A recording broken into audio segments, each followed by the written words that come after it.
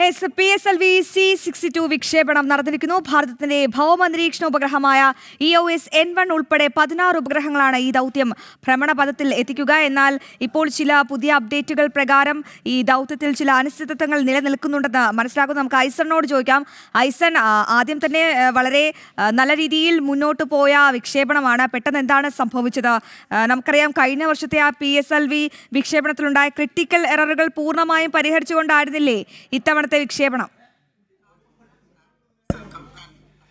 അശ്വതി, ഇപ്പോൾ ഒരു അനിശ്ചിതത്വം ഉണ്ടായിട്ടുണ്ട് എന്ന് തന്നെയാണ് മനസ്സിലാക്കാൻ സാധിക്കുന്നത്. അതായത് മൂന്നാമത്തെ സ്റ്റേജിൻ്റെ ഇഗ്നിഷനിൽ ചില സാങ്കേതിക പ്രശ്നങ്ങൾ ഉണ്ടായതോടുകൂടി ഇതിൻ്റെ ഗതിയിൽ ചില ഡീവിയേഷൻസ് ഉണ്ടായിട്ടുണ്ട്. അതായത് ഇത് സഞ്ചരിക്കേണ്ട പാതയിൽ നിന്നും തെറ്റായി സഞ്ചരിക്കുന്ന ഒരു സാഹചര്യം ഉണ്ടായതുകൊണ്ട് അതിൻ്റെ വിശദാംശങ്ങൾ പരിശോധിച്ചുകൊണ്ടിരിക്കുകയാണെന്നാണ് ഇപ്പോൾ ISRO ചെയർമാൻ അറിയിച്ചിരിക്കുന്നത്.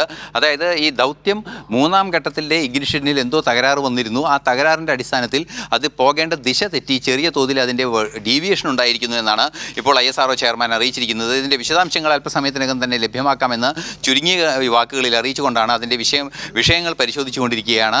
അതിൻ്റെ സാങ്കേതിക തടസ്സം എന്താണ് ഉണ്ടായത്, എന്താണ് അതിൻ്റെ ഗൗരവമേറിയ വീഴ്ച എന്താണ് ഉണ്ടായിട്ടുള്ളത് എന്ന് പരിശോധിച്ചുകൊണ്ടിരിക്കുകയാണ്. ഡാറ്റ അനലൈസ് ചെയ്തതിന് ശേഷം തുടർ വിവരങ്ങൾ നൽകാമെന്നാണ് അറിയിച്ചിരിക്കുന്നത്. മൂന്നാം സ്റ്റേജിലെ എന്തോ സാങ്കേതിക തകരാറിൻ്റെ ഭാഗമായി ഇതിൻ്റെ ഗതി നിയന്ത്രിക്കുന്ന സംവിധാനങ്ങളിൽ തകരാറ് സംഭവിക്കും, അല്ലെങ്കിൽ അത് കൃത്യമായി പ്രവർത്തിക്കാതിരിക്കുകയും അത് ഒരു പക്ഷേ സോഫ്റ്റ്വെയറിൻ്റെ തകരാറാകാം, അല്ലെങ്കിൽ അതിൻ്റെ ഇൻറ്റേർണൽ കമ്പ്യൂട്ടറുകളുടെ കമാൻഡുകളുടെ തകരാറാകാം, അല്ലെങ്കിൽ പ്രൊപ്പൽഷൻ്റെ തന്നെയും പ്രശ്നമാകാനുള്ള സാധ്യതയുണ്ട്.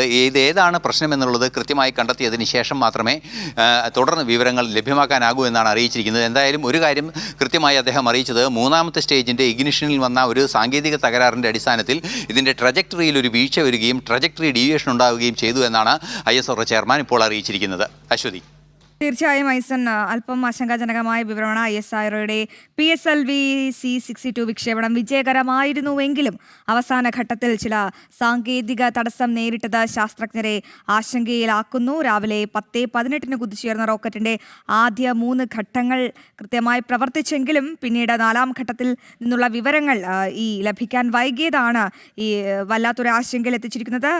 നമുക്കറിയാം, കഴിഞ്ഞ വർഷവും PSLV C-61 വിക്ഷേപിച്ചപ്പോൾ ഇത്തരത്തിൽ ചെറിയ സാങ്കേതിക തകരാറുകളൊക്കെ ഉണ്ടായിരുന്നു. പക്ഷെ ആ തകരാറൊക്കെ പരിഹരിച്ചുകൊണ്ടാണ് പുതിയ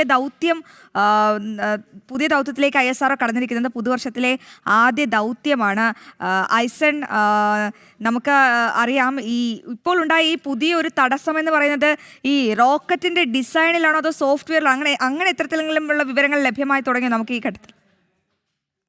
തീർച്ചയായും ഈ റോക്കറ്റിൻ്റെ ഡിസൈനുമായി ബന്ധപ്പെട്ടോ അല്ലെങ്കിൽ അതിൻ്റെ രൂപകൽപ്പനയുമായി ബന്ധപ്പെട്ടോ സാങ്കേതിക തകരാറുണ്ടാകാനുള്ള സാധ്യതയില്ല. നമുക്കറിയാവുന്നതാണ്, 60-ലേറെ ദൗത്യങ്ങൾ വിജയകരമായി പൂർത്തീകരിച്ച റോക്കറ്റാണ്. അതിൻ്റെ സാങ്കേതിക വിദ്യയും അത്തരത്തിലാണ്. പക്ഷേ ഒരു സാങ്കേതിക പിഴവ് വന്നിരിക്കുന്നു. അതായത് നമുക്കറിയാവുന്നതാണ്, ഓരോ സ്റ്റേജുകളായി ഇതിൻ്റെ ഘട്ടമായി വേർപെട്ടതിന് ശേഷം അവസാന ഘട്ടമാണ് കൃത്യമായി സാറ്റലൈറ്റ് ലോഞ്ചിലേക്ക് എത്തുക. ആ ഘട്ടമായി വേർപ്പെടുന്ന സാഹചര്യത്തിൽ മൂന്നാം ഘട്ടത്തിൻ്റെ ഇഗ്നിഷൻ സ്റ്റേജിൽ തന്നെ എന്തോ ഒരു തകരാറ് സംഭവിക്കുകയും അതിൻ്റെ ട്രജക്ടറി മാറി, അതായത് കൃത്യമായി നമുക്ക് പറയാൻ സാധിക്കുന്നത് പോലെ നേരത്തെ വരച്ചു വെച്ച അല്ലെങ്കിൽ നേരത്തെ കൃത്യമായി സൂചിപ്പിക്കപ്പെട്ട ആ വഴിയിലൂടെ തന്നെ സാറ്റലൈറ്റിൻ്റെ ലോഞ്ചിൻ്റെ ഭാഗമായി റോക്കറ്റ് സഞ്ചരിക്കേണ്ടതുണ്ട്. അല്ലാത്ത പക്ഷം അതിൻ്റെ ഡീവിയേഷൻ വരികയാണെങ്കിൽ കിലോമീറ്ററോളം വ്യത്യാസത്തിലായിരിക്കും. അതായത് ഇപ്പോൾ 600 മുതൽ 800 വരെ അകലമുള്ള സൺ സിൻക്രണസ് ഓർബിറ്റിലേക്കുള്ള യാത്ര ഒരു പക്ഷേ സൺ സിൻക്രണസ് ഓർബിറ്റിൻ്റെ എത്രയോ ദൂരം, അതായത് 100-150 കിലോമീറ്റർ ഇപ്പുറത്തൊക്കെ മാറിപ്പോകാനുള്ള സാധ്യതയുണ്ട്. ആ ഒരു സാഹചര്യത്തിലാണ് ഇതിൻ്റെ ഡീവിയേഷൻ അതീവ ഗുരുതരമായൊരു സാഹചര്യം ഉണ്ടാക്കിയിരിക്കുന്നു.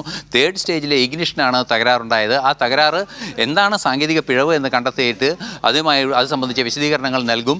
ഇതിൻ്റെ വിശദാംശങ്ങൾ ഡാറ്റ പരിശോധിച്ചുകൊണ്ടിരിക്കുന്നു എന്നാണ് ഇപ്പോൾ ISRO ചെയർമാൻ അറിയിച്ചിരിക്കുന്നത്. തീർച്ചയായും മൂന്നാമത്തെ സ്റ്റേജിൽ, അതായത് 1ാമത്തെയും 2ാമത്തെയും സ്റ്റേജ് സക്സസ്ഫുള്ളായി പോയത് നമ്മൾ കണ്ടതാണ്. പിന്നീട് 3ാമത്തെ സ്റ്റേജ് എത്തിയപ്പോൾ ആ വെലോസിറ്റിയിലും ആ ഇഗ്നിഷൻ്റെ കാര്യത്തിലുമൊക്കെ ചില വ്യത്യാസങ്ങൾ, അതായത് ചില കാൽക്കുലസുകളിൽ കൃത്യമായൊരു വ്യത്യാസം നമുക്ക് കാണാൻ സാധിച്ചിരുന്നു. അത് പുറത്തേക്ക് വന്ന വിവരങ്ങളിലും അതിൻ്റെ ഓൾട്ടിറ്റ്യൂഡിലൊക്കെ വരുന്ന വ്യത്യാസങ്ങൾ കാണാൻ സാധിച്ചിരുന്നു. അത്തരത്തിലുള്ള ഒരു സാങ്കേതിക വീഴ്ച വന്നതാണ് ഇതിൻ്റെ ഡീവിയേഷൻ, അതായത് ട്രജക്ടറി ഡീവിയേറ്റ് ചെയ്യാൻ സാഹചര്യം ഉണ്ടായതെന്നാണ് ഇപ്പോൾ അറിയാൻ സാധിക്കുന്നത്. അങ്ങനെ ഒരു സാഹചര്യം ഉണ്ടെങ്കിൽ തീർച്ചയായും ഈ റോക്കറ്റിനെ സംബന്ധിച്ചിടത്തോളം അതിൻ്റെ ഉദ്ദേശ ലക്ഷ്യത്തിലേക്ക് എത്തുക പിന്നീട് ശ്രമകരവും ദുഷ്കരവുമാകുന്ന ഒരു സാഹചര്യം ഉണ്ടാകും. ആ ഒരു സാഹചര്യത്തിലാണ് എന്ത് രീതിയിലാണ് ഈ പ്രശ്നത്തെ അഭിസംബോധന ചെയ്യേണ്ടത്.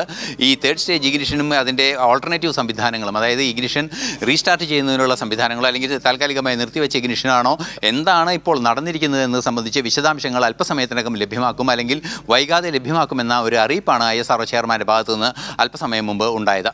അശ്വതി. തീർച്ചയായും ഐസൻ അല്പം ആശങ്കാജനകമായ റിപ്പോർട്ട് കൂടിയാണ് പുറത്തു വരുന്നത്. PSLV C-62 വിക്ഷേപണം നടന്നുവെങ്കിലും ചില മൂന്നാം ഘട്ടത്തിലെത്തിയപ്പോൾ ചില സാങ്കേതിക തടസ്സങ്ങളൊക്കെ നേരിട്ടു. അപ്പോൾ അല്പം ആശങ്ക പ്രകടിപ്പിക്കുന്നുണ്ട്. എന്തായാലും ഈ പ്രശ്നം ഉടൻ തന്നെ പരിഹരിക്കുമെന്ന് തന്നെയാണ് ISRO ചെയർമാൻ പറയുന്നത്. ഈ ഭൗമ നിരീക്ഷണ ഉപഗ്രഹം അന്വേഷ നമുക്ക് ഈ വിക്ഷേപണം പൂർത്തിയായാൽ ഒരുപക്ഷെ വളരെ വലിയ പ്രയോജനങ്ങളാണ് അതിൻ്റെ ഉപഭോക്താക്കളാക്കേണ്ടവരാണ് നമ്മൾ. എന്തായാലും ഈ 16 ഉപഗ്രഹങ്ങളാണ് ഇത്തരത്തിൽ ഭ്രമണപഥത്തിൽ എത്തിക്കേണ്ടത്. 10-18 വിക്ഷേപണം. എന്നാൽ മൂന്നാം ഘട്ടത്തിൽ എവിടെയോ എന്തോ ഒരു പാളിച്ച പറ്റി. എന്തായാലും അല്പസമയത്തിനകം പരിഹരിക്കുമെന്ന് തന്നെയാണ് ISRO ചെയർമാൻ പറയുന്നത്. ഐസനാണ് വിവരങ്ങൾ നൽകിയത്.